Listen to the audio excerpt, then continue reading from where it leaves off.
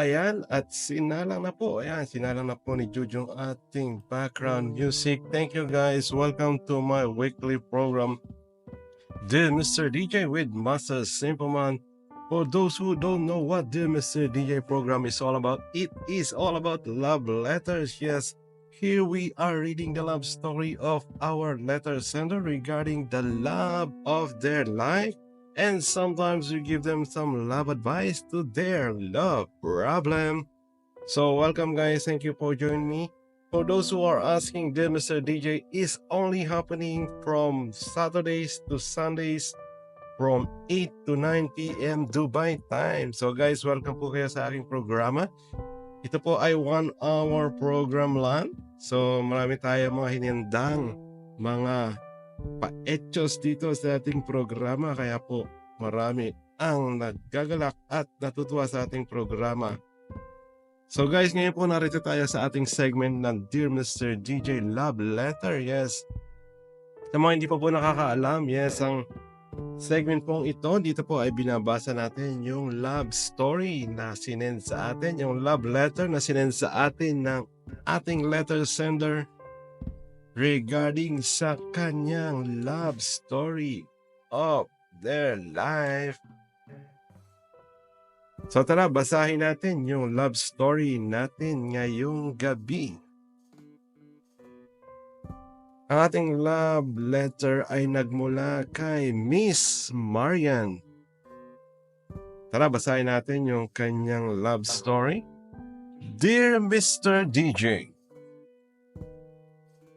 matagal ko nang gustong isulat ang liham na ito, ngunit hindi ko alam kung paano sisimulan. Minsan iniisip ko kung anong mali ang nagawa ko sa buhay para maranasan ang ganitong klase ng sakit. Ang magmahal ng lihim, maghintay ng matagal, at sa huli masaksiyan ang taong mahal ko habang ikinakasal sa iba. Ako si Marian at ito ang kwento ng aking puso. Bata pa lang ako, may isang tao ng espesyal sa aking buhay. Yun ay si John. Simula pa noong magkakalaro pa lang kami sa kalye, hanggang sa naging magkaibigan sa eskwela, at hanggang sa naging binata at dalaga na kami, siya lang ang laman ng puso ko. Hindi niya ito alam dahil hindi niya kailanman ako tinanong. At hindi ko rin nasabi dahil sa takot na baka mawala siya sa akin bilang kaibigan. Lumipas ang panahon, natuto akong maghintay. Sabi nila ang tunay na pag-ibig ay marunong maghintay sa tamang panahon. Kaya't pinili kong manatili sa tabi niya. Umaasang isang araw, siya mismo ang makakakita ng pagmamahal na matagal nang nakaukit para sa kanya sa puso ko. Ngunit sa isang iglap, naglaho ang pag-asang iyon. 20 taon kaming hindi nagkita matapos siyang lumipat ng bansa. Naging abala ako sa trabaho at sa buhay, ngunit sa kabila ng lahat, hindi nawala ang damdamin ko para sa kanya. Hindi ako nagmahal ng iba. Hindi dahil sa wala akong pagkakataon, kundi dahil sa puso ko, si John pa rin ang tanging lalaking minahal ko. Hanggang isang araw, bigla akong nakatanggap ng mensahe mula sa kanya. Marian, pabalik ako sa Pilipinas. Tara, magkita tayo. Parang bumalik ang sigla ng nakalipas na panahon. Naramdaman ko ulit ang kilig, ang pananabik. Sa isip ko, ito na siguro ang tamang pagkakataon para sabihin sa kanya ang matagal ko nang itinatago.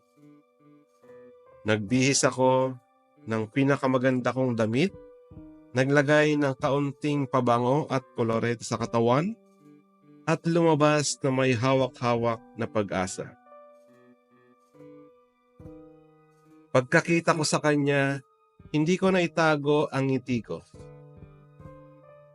Hindi nagbago ang mga mata niyang palaging nagpapagaan ng loob ko. Ang tinig niyang palaging may halong saya. Ngunit may isang bagay na nagbago. May singsing sa kanyang kamay. Marian, ikakasal na ako. Masayang sabi niya.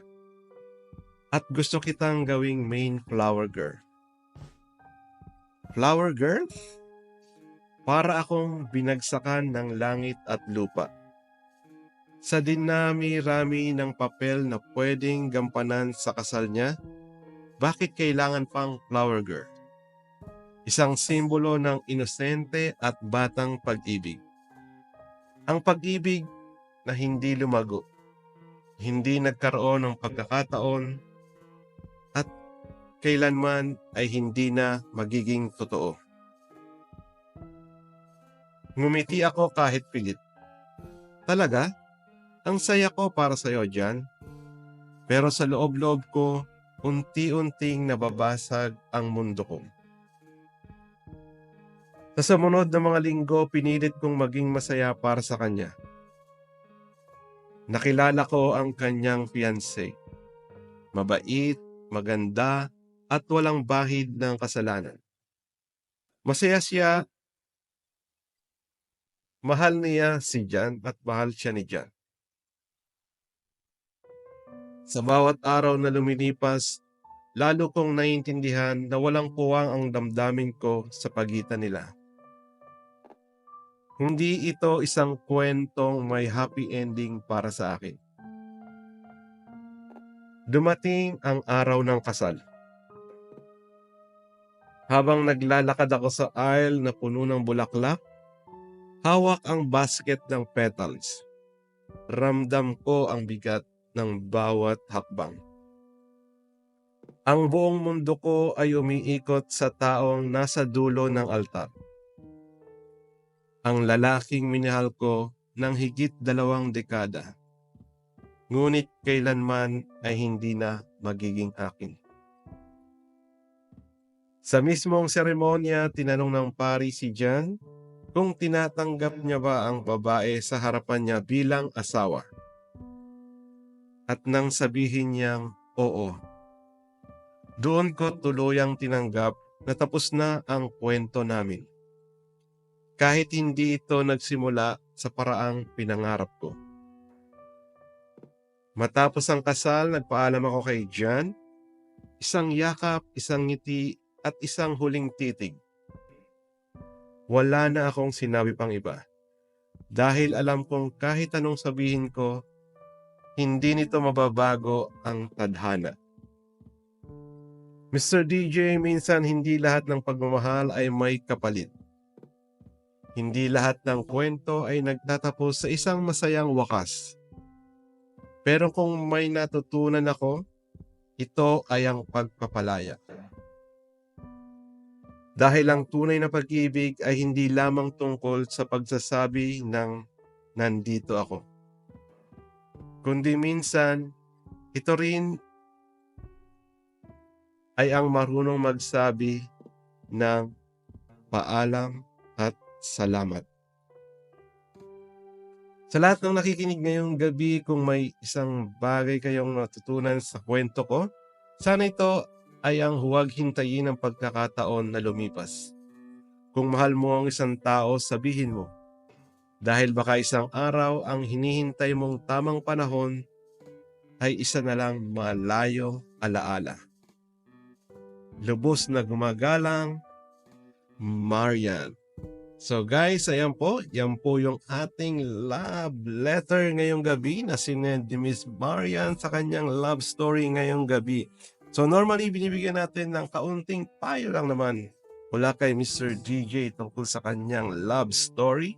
So bigyan natin siya ng konting payo para sa kanyang love letter ngayong gabi. So ang ginagawa ko po, sinusulat ko na yung aking payo at sinesend ko rin sa kanya kung saan siya nag-send ng kanyang love letter. Yan. So Marian, maraming salamat sa pagbabahagi mo ng iyong kwento. Isang kwento ng matagal na paghihintay, ng mga pangarap na hindi natupad, at ng isang pusong handang magparaya kahit masakit. Ang sakit ng hindi maibabalik na pagmamahal ay isa sa pinakamasakit na aral ng buhay. Ngunit sa kabila ng lahat, isa itong patunay na minsan ang pagmamahal ay hindi nasusukat sa kung sino ang nagwagi, kundi sa kung sino ang handang magbigay ng walang hinihintay na kapalit.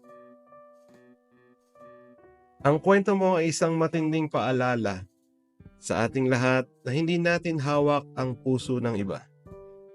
Hindi natin maaaring pilitin ng isang tao na makita tayo sa paraang gusto natin. Ang pag-ibig ay hindi isang laro ng paghihintay, kundi isang pagkakataon na dapat nating sinasabi at ipinaparamdam bago pa mahuli ang lahat. Kung may natutunan ka, Marian, sana ito ay ang pagyakap sa bagong simula. Ang taong para sa iyo na hindi kailanman magpapaasa, hindi kailanman magpapahintay ng walang kasiguraduhan. Ang pag-ibig ay hindi laging tungkol sa pagtatapos na gusto natin, kundi sa mga bagong simula na naghihintay para sa atin. Sa lahat ng nakikinig ngayong gabi, tandaan natin, kung may mahal tayo, sabihin natin. Kung may nararamdaman tayo, iparamdam natin. Dahil ang pag-ibig na hindi ipinahayag ay isang kwento na hindi kailanman mabubuo. Hanggang sa susunod nating kwentuhan, ang inyong tagapayo, Mr. DJ. So ayan guys, natunghayan natin ang isa na namang napakagandang love story dito sa aking programang Dear Mr. DJ. Isa na namang patalastas guys. Available na po sa Amazon Market ang aking very first book, Simple Man, The Rise of an Unlikely Hero. Ako po ang sumulat nito at yan, meron tayo ISBN, International Book Standard. Okay guys, please do check out my very first book. It is already available on the Amazon Market. Please do get a copy. This is a superhero derived from my codename, Master Simple Man. Yan. So guys, bili na po kayo ng aking very first book. This is a superhero story intended for children. So guys, thank you. So ayan guys, natunghayan niyo po ang ating love letter, love story ngayong gabi. At maraming salamat sa mga pumasok sa aking live stream. I hope to see you once again tomorrow for another love letter dito sa ating Dear Mr. DJ with Master Simple Man. So guys, follow niyo po ako sa lahat ng aking mga social media account, YouTube, TikTok, Twitch, Bigo Live account, Instagram, Kumu, and Facebook. So guys, thank you. That's it for me. Overtime na po tayo dahil ang ating pong oras ay 8 p.m. to 9 p.m. Dubai time. By the way, Ramadan Kareem to all our brothers and sisters lahat po sa buong mundo. Yan po ang first day of Ramadan, March 1, 2025. At si Master Simple Man din po ay on fasting. Yes, nagpa-fasting po ako from 5 a.m. to 7 p.m. Yes, dahil sinasabayan natin yung Ramadan. So, dahil 6 hours lang din naman yung trabaho. So, matutulog lang tayo. Then after, magla-live stream. So guys, please do check out all of my videos in all my social media accounts. And please don't forget to like, share, subscribe to my channel. Yes, so guys, that's it for me. This has been your host, Master Simple Man. And thank you for joining me on this program of mine, Dear Mr. DJ. See you again tomorrow, guys, for another love letter on Dear Mr. DJ. So guys, thank you. And your DJ is signing off. Thank you guys. Bye-bye and good night.